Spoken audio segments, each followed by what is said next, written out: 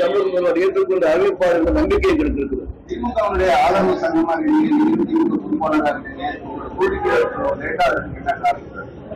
இதுல பல்வேறு அமைப்புகள், சில கம்யூனிஸ்ட் அமைப்புகள் முதலமைச்சரையும் முதலமைச்சர் குடும்பத்தையும் தவறாக திட்டி பேசியதால் முதலமைச்சருக்கு எங்கள் மீது கோபம் உள்ளதுதான்.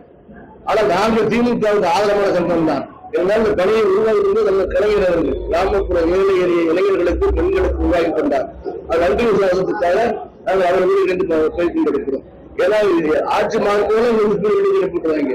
இப்ப திமுக வேலை அப்ப நாங்கள் திமுக விசுவாசம் தவறே கிடையாது.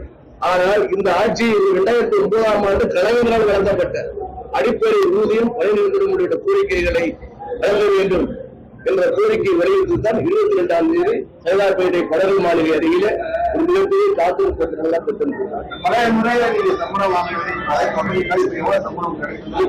ஏற்கனவே எங்களுக்கு அடிப்படை ஊதியம் பேங்க் மூலமாக வங்கி மூலமாக கணக்கு வந்துச்சு.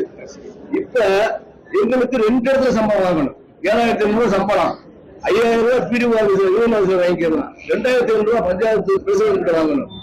இது சில ஊராட்சி மன்றத்தை கொடுத்தான், சில ஊராட்சி மன்றத்தை கொடுக்க மாட்டான். அதுவே ஊதியம் பிரச்சனை இருக்கிறது. ஏற்கனவே வழங்கப்பட்டது போல வங்கி கணக்கிலே எங்களுக்கு ஊதியம் வழங்க வேண்டும் என்ற கோரிக்கை நாங்கள் ஆர்ப்பாட்டம்.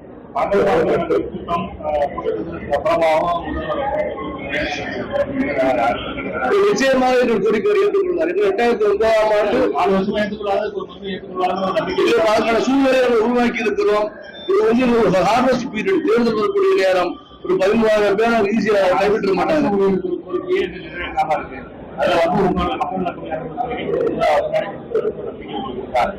அரசு அவருடைய நிலைமை வேறு, எங்கள் நிலைமை வேறு. அவர் அரசியலாக பழிவாங்கப்படக்கூடிய திமுக தொண்டர்கள். எங்களுடைய ஒத்துழைப்பும் ஓட்டு வகையும் இயக்கத்தின் வெற்றிக்கு அவசியம் தேவை.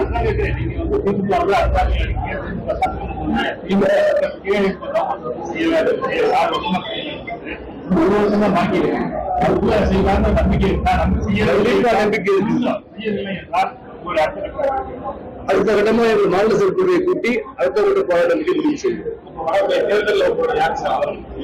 அது அரசாங்கங்களை நடத்தக்கூடிய விபத்தை பொறுத்திருக்கிறது. அரசாங்கம் இந்த நிச்சயமா நிறைவேற்றார் நம்புகிறோம். அப்படி ஒருவேளை நிறைவேற்றாவிட்டால் நாங்கள் அடுத்த கட்ட என்ன முடிவு எடுப்பது என்பதை இந்த சிறப்பு நாங்கள் முடிவு செய்வோம். நன்றி சார்.